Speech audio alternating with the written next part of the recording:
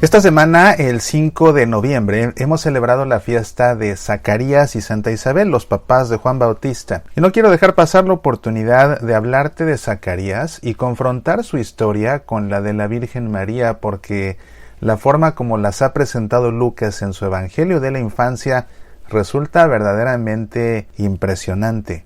Son dos historias enteramente paralelas, podríamos decir casi idénticas. De hecho, la forma como San Lucas compone su Evangelio de la Infancia es a través de una serie de dípticos en que se va confrontando Juan Bautista con Jesús. Y lógicamente, antes de que nacieran ambos, se nos cuenta la historia en forma de díptico de Zacarías y de la Virgen María, comenzando por el díptico de las Anunciaciones. Y es impresionante la forma como están desarrolladas por Lucas ambas anunciaciones. Cuando a Zacarías el ángel le anuncia que va a nacer Juan Bautista, y cuando le anuncia a la Virgen María que va a nacer Jesús. Lo primero que hace Lucas es presentarnos a los padres de Juan Bautista y de Jesús. Nos cuenta que en los días del rey Herodes de Judea vivía un sacerdote llamado Zacarías, que tenía una esposa, Isabel, que era descendiente de Aarón. En el caso de la Virgen María, se nos dice que al 6º mes el ángel Gabriel fue enviado por Dios a un pueblo en Galilea llamado Nazaret, a una virgen desposada con un hombre llamado José, de la casa de David, y el nombre de la virgen era María. Una presentación muy similar, pero dándonos incluso ubicaciones, nombres, y no solamente el nombre de los personajes, sino el nombre de sus cónyuges.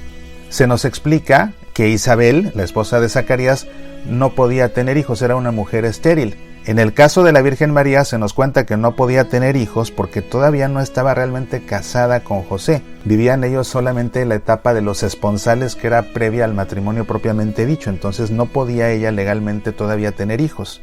Y los detalles de tiempo que va dando Lucas son interesantes. De Zacarías dice que en días del rey Herodes, de María dice que al 6º mes. Ofrece los orígenes de uno y del otro, de Zacarías y de Isabel, Abijá y Aarón, y de José y María la casa de David, y nos da la ubicación, en el caso de Zacarías el santuario del templo, en el caso de María en Nazaret de Galilea. Ahí es donde tiene lugar la anunciación, y ve cómo se desarrolla la anunciación. Se le aparece un ángel a Zacarías y se le aparece un ángel a María. La aparición del ángel perturba a Zacarías y lo llena de miedo. La aparición del ángel perturba también a la Virgen María, pero ella no se llena de miedo, más bien se pregunta qué será el saludo que le dijo el ángel: alégrate llena de gracia. Después el ángel da a Zacarías la noticia del nacimiento de su hijo, y le da a María la noticia del nacimiento de su hijo, y le advierte a Zacarías: Zacarías, no tengas miedo, y le advierte a la Virgen María: María, no tengas miedo. Después explica a Zacarías que su esposa, que es estéril, va a tener un hijo. Tus oraciones han sido escuchadas y tu esposa Isabel va a tener un hijo. En el caso de la Virgen María, le dice: has ganado el favor de Dios y vas a concebir un hijo en tu vientre.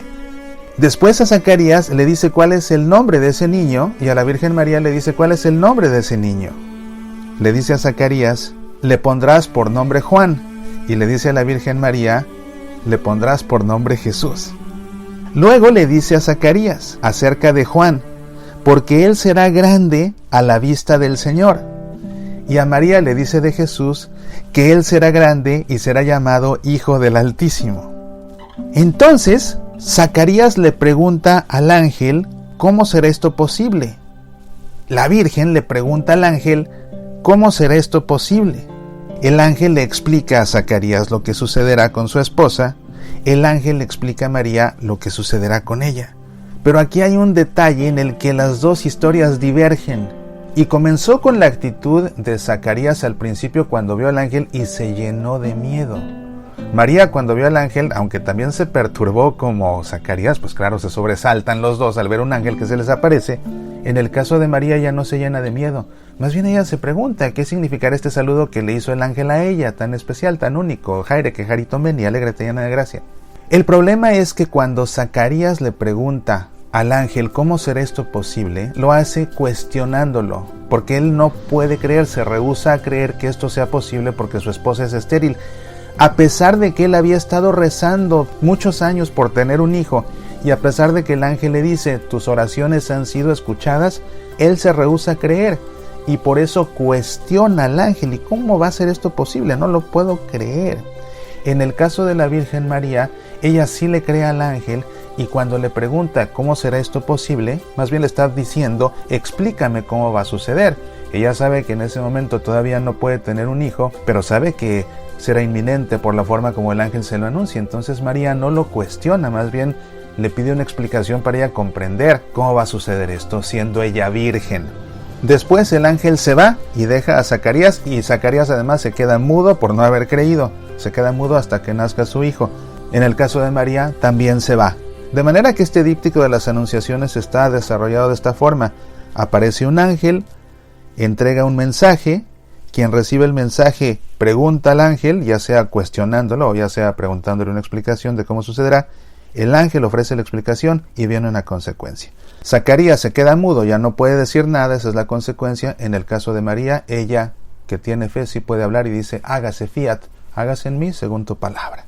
Y bueno, más adelante, cuando la Virgen María visite a Isabel, ya encintas las dos, entonará un cántico, y cuando nazca Juan Bautista, Zacarías, al recuperar la voz, entonará otro cántico. De hecho, estos dos cánticos, el Magnificat de María y el cántico de Zacarías, los rezamos todos los días en la liturgia de las horas, en el oficio divino.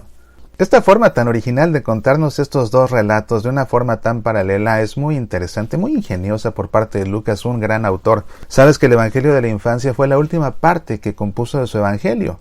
Él ni siquiera conoció a Jesús, fue catequizado, fue evangelizado, se hizo cristiano.